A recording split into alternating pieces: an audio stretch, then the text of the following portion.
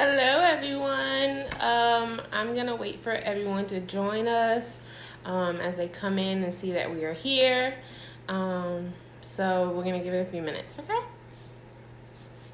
So while you're joining us, if you have any questions, welcome to Pantry Talk. We'll do introductions again, and we will start in just a few minutes.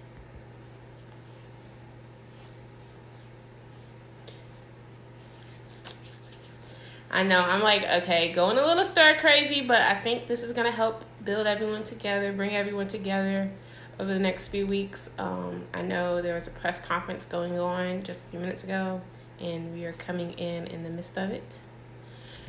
So we will, just see what's being said by our leadership. And so some things, if you have any questions, please feel free to ask either in the comments or if you're on Zoom, just raise your hand and myself or one of our assistants, interns will be glad to get those questions, and we'll be getting started shortly.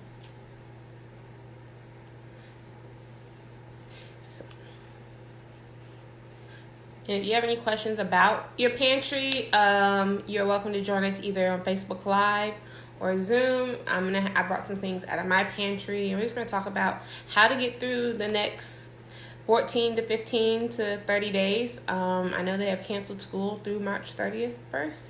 So I know it's a process of, okay, my kids are eating me at a house at home. What do I do? What should I cook for dinner? The stores are empty, and how do I get my supplies? Or what's the best way to use these supplies so that I don't waste? So I apologize. So those are the types of things we're going to talk about. If you have any questions about what's in your pantry and how do I make this, or how can I use these beans, or how can I use this can of tuna other than just making tuna salad, this is a time to ask so that you can feel free to ask questions.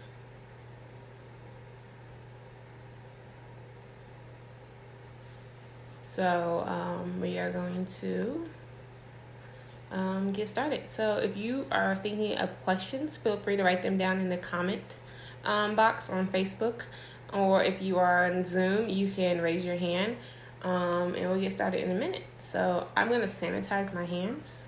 I got my sanitizer before I touch these items, even though I know I am not sick. I just want to be cautious. So I'm going to just clean my hands. Even when I'm out and about, I am using gloves when I go to the grocery store. So like yesterday, I went to the grocery store, and I came home to my parents' house because I was like, not quite sure if I want to stay in my one bedroom for 14 days. So I came to get a little bit more space and just to kind of have some more flexibility and be around more people rather than just being by myself. So I am in a different environment. But we're going to talk about a lot of things. So I have, how are we going to portion the kids? They're on a schedule of sorts. I know you are trying to work from home, feed the kids, keep the schooling, education going. So I know it's a lot, but I want to hopefully help you take one thing off your brain, which is how do I feed my kids? How do I keep my pantry and my fridge stocked? I went to the store and bought all this stuff. How do I use it? How do I make sure nothing spoils because we're not sure when we're going to get this again? Or how do I stretch this pot of chili to last 2 days versus a day and a half when they eat it for lunch and they eat it for dinner and then they eat it again, and now I'm like, there's none left.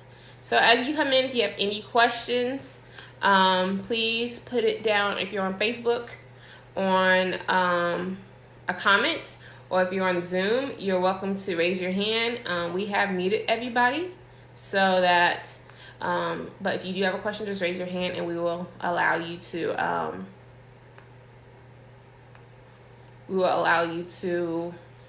ask that question. We'll unmute you just so that it's easier on everybody. So a few things I'm gonna go to get started. It is 12:05, 12:06. So a few things I have right now in my pantry just to kind of make things easier in the choices world. You know, we like to talk about portion sizes. So let's say, for example, we get this nice bag of popcorn, and we want to make sure that we keep this bag of popcorn, which if I read the label tells me I have 4.5 servings in here. But if I were to open this up right now, because I am at home watching TV, playing video games, the kids might eat it all in one serving. So instead, what I like to do is get these little portion bags, Ziplocs. These are the only ones I have in my house right now. And these actually give you portions. It tells you a cup, 3/4 cup, half a cup, quarter cup. So I like to use these. You can get these, I know, at Walmart, but if they're not out, any Ziploc will do. Just use a measuring cup. So you can use a measuring cup and portion out these bags of chips or pretzels, anything like that, based upon what the serving size is on the back of the nutrition label. So I like to make sure that, you know, this says it's a 160 calories per serving, or if you were to, and that's 3.5 cups.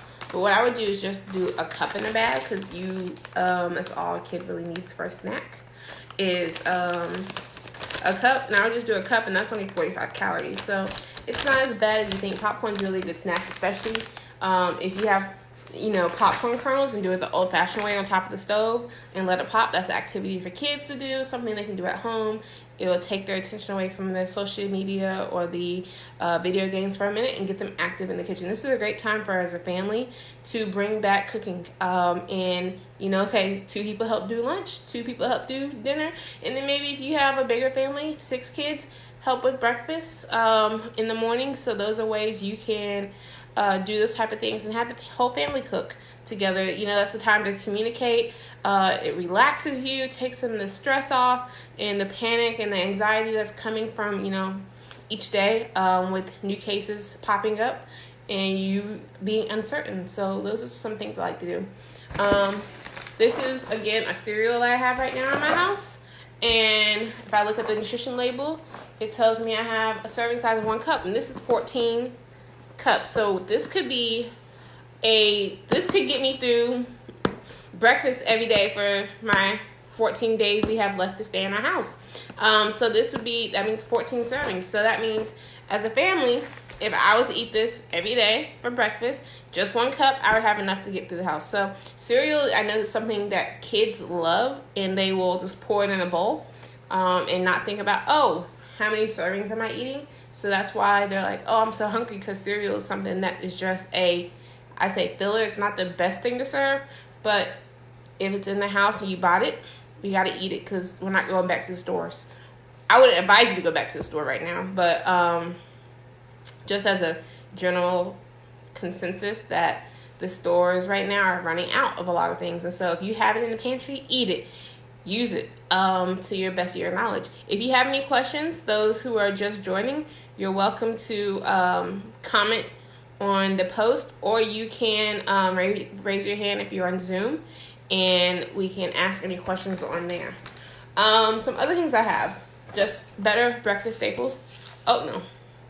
I just did these are some old-fashioned oats. You could do a baked oatmeal with these, cut it and freeze it, or you could do it in muffin cups with some frozen fruit that you might have, strawberries, bananas, and then what I like to add to my oatmeal rather than just keeping it. And once you make a pot of oatmeal, just so you know, if you make it on the stove, you can save it and put it in the refrigerator and just heat it up the next day. It's not like you have to throw it away. We're not trying to throw anything away right now.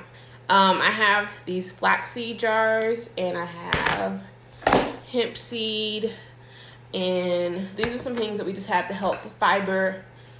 Chia seeds, great electrolyte. So if you're dehydrated, you can turn chia seeds, you can turn into a gel-like substance, which substitutes for eggs. So a lot of vegans use chia and flaxseed because you can soak them in water and they'll turn into like a gel-like substance. Chia seeds is also a good electrolyte. So in place of Gatorade or Powerade, you can drink this in water, and you can do this as a pudding in different ways. You can blend it up, put it in your smoothies. This morning I made a smoothie for breakfast, and I used chia, flaxseed, and hemp seed. So I have these 3 things that these are like my power boosters. They're going to help with build your immune system up. So I used all 3 of these this morning: chia, hemp, and flaxseed. And a lot of times vegans like to use flaxseed and chia seed, like I said earlier, as egg supplement, egg replacement. So those are good things to use. Just soak them in water and they will act like eggs for baking and things like that.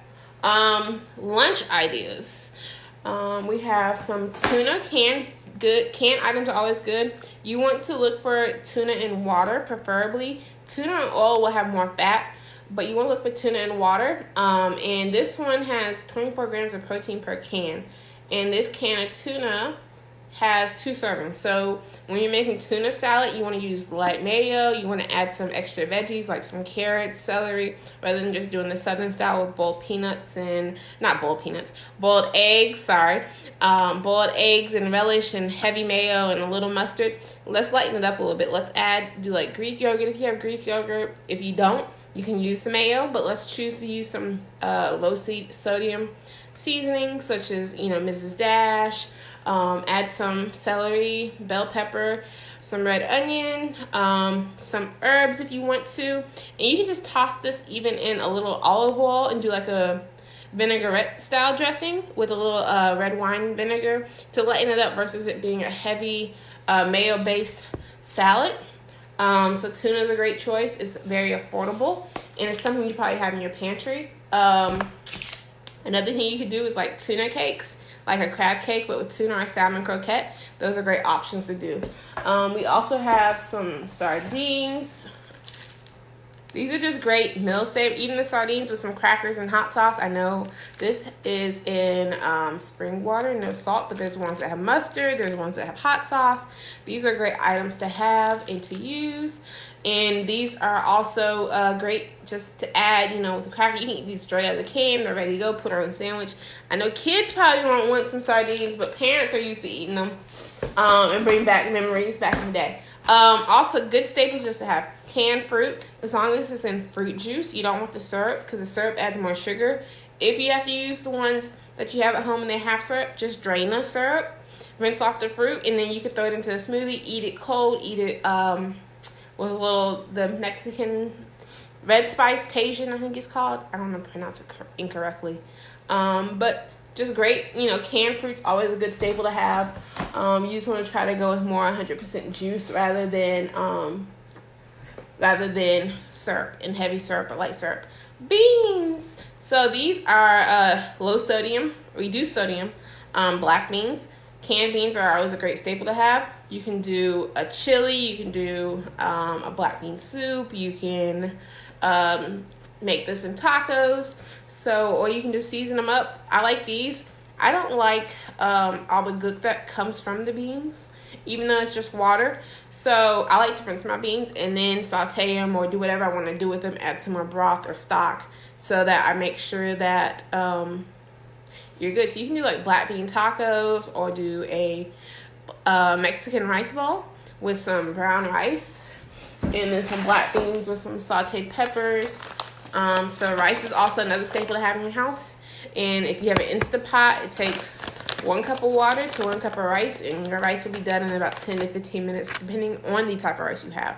So this is brown rice. You can do a nice brown Mexican rice bowl with this. And you can start your beans, have your beans and your rice. That's a meal right there in itself. Or you can use dried beans. These dried beans here, you can soak them since you have the time the night before to prepare for the next day's dinner. These are some baby lima beans, and you can do like some smoked turkey, or you can keep them vegetarian by adding some bell peppers and other yummy things to it. So these are, you can soak them. If you have an Instapot at home, that's a new kitchen tool. You don't have to soak your beans. You can just cook them just as they are without soaking them. Because the pressure cooker and the gas is going to release from the beans, and so you can have your beans in 30 minutes if you're like rushing. Another grain I like to use, is good for protein, is quinoa. And this is also like cooking it just like rice. So if you want to cook this and make it Mediterranean. You can do that, or you can make it spicy. You can make it turns into like, pops up like little curls. So it's little small, they're really small. But this is great, also a supplement for rice. If you do not want to eat rice, you want to have more of a low carb, quinoa would be a great supplement. So these are some things that we have here. If you have not gone out to the store, it's all right. What do you have in your pantry? Tell me some things you have in your pantry. This is something I'm doing to boost my immune system. My immune system is a little compromised. So I'm using some vitamin C packets, which I just put in a cup of cold water a day. I do one of these a day just to help boost my system. I'm also doing some elderberry syrup. And then that's kind of what we're doing. Any questions? Also, I have some baked beans here. These are just simple things. What I like to do is I like to add, not just keep them just baked beans, but I like to add other beans. So I take some kidney beans. I call these calico because you want to look for different colors. So I would do my black beans with these. I won't mince these, but I'll mince these off and then throw them into here and fold it into the sauce that it's already in. If your beans are a little dry, you can add a little bit more barbecue sauce if you have it, a dash of ketchup. And I like to season them with some garlic, fresh onions, sauteed bell peppers. If you want to make it into more like a meal, you can add some ground turkey or ground beef to this. So you have your baked beans. You can add kidney beans, garbanzo beans, pinto beans. Just rinse them, drain them, and add them to your beans. You can put them in the crock pot for about an hour or 30 minutes in the stove and let them bake. And you'll have you some nice baked beans. Any questions? Who has deli meat at home, or who's tired of sandwiches already in day 2, day 3?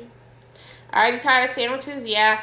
Some other things you can do. You can do wraps with like a flour tortilla. You can do onion sandwich, which is like just lettuce, using fresh lettuce to make a sandwich, which is a low carb option.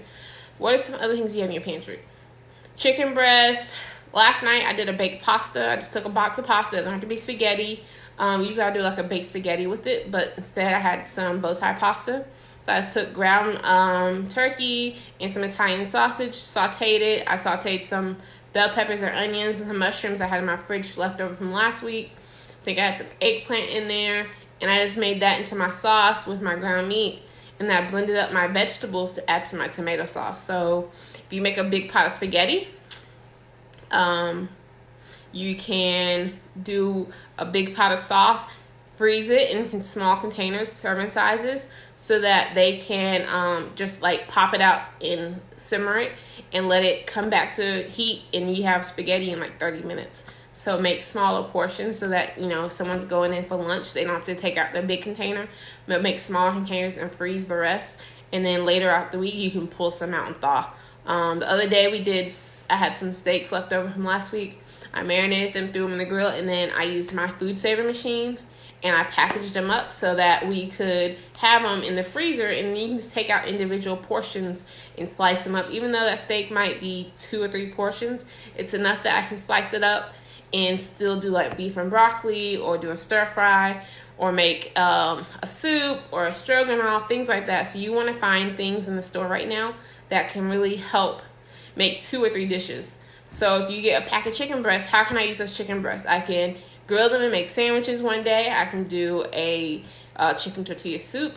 You can do a pot pie. So you could take 2 or 3 chicken breasts because the size of them, and make 2 or 3 meals. Okay, we have a Facebook question. They have chili, beans, different rices, soups in the pantry. Okay, so if you have a lot of canned soups, like I have here, I have this Amy's canned soup.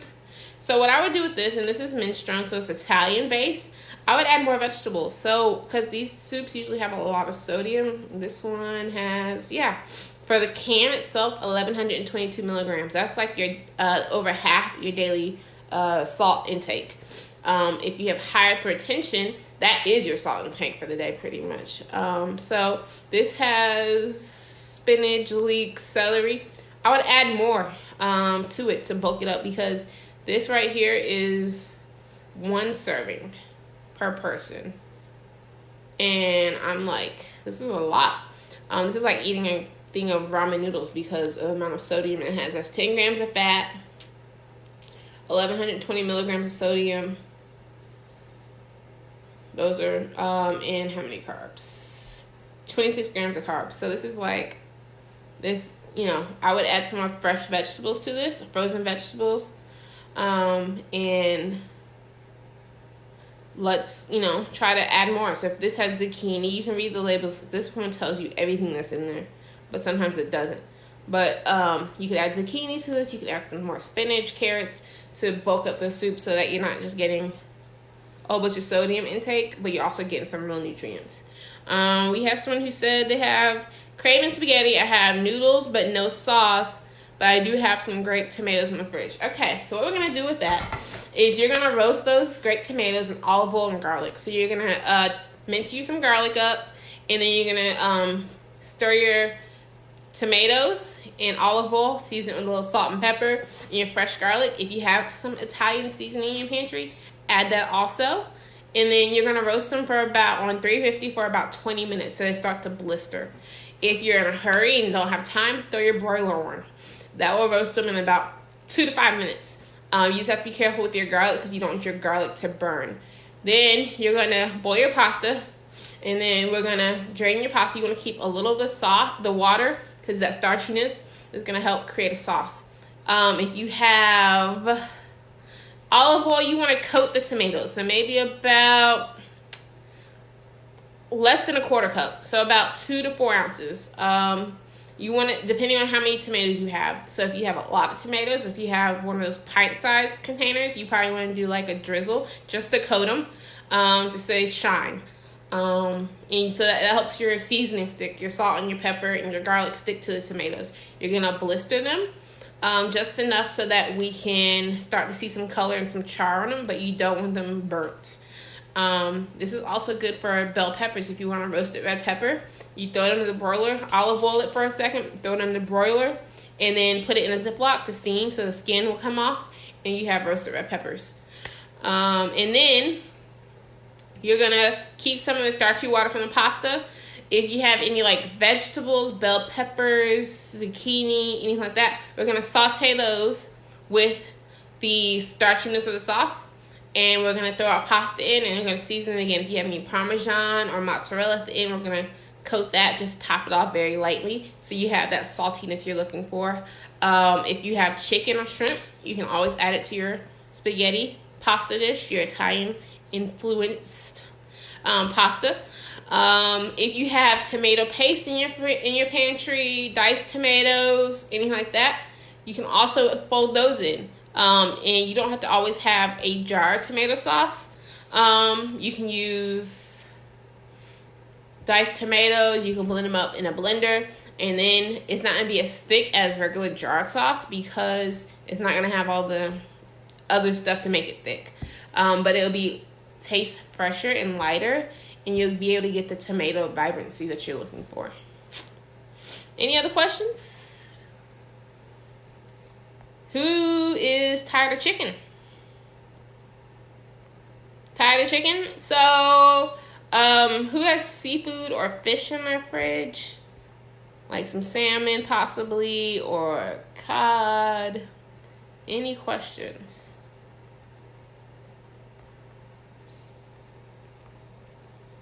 We're going to keep going for a few more minutes. So if you have any more questions, seafood, what type of seafood do you have?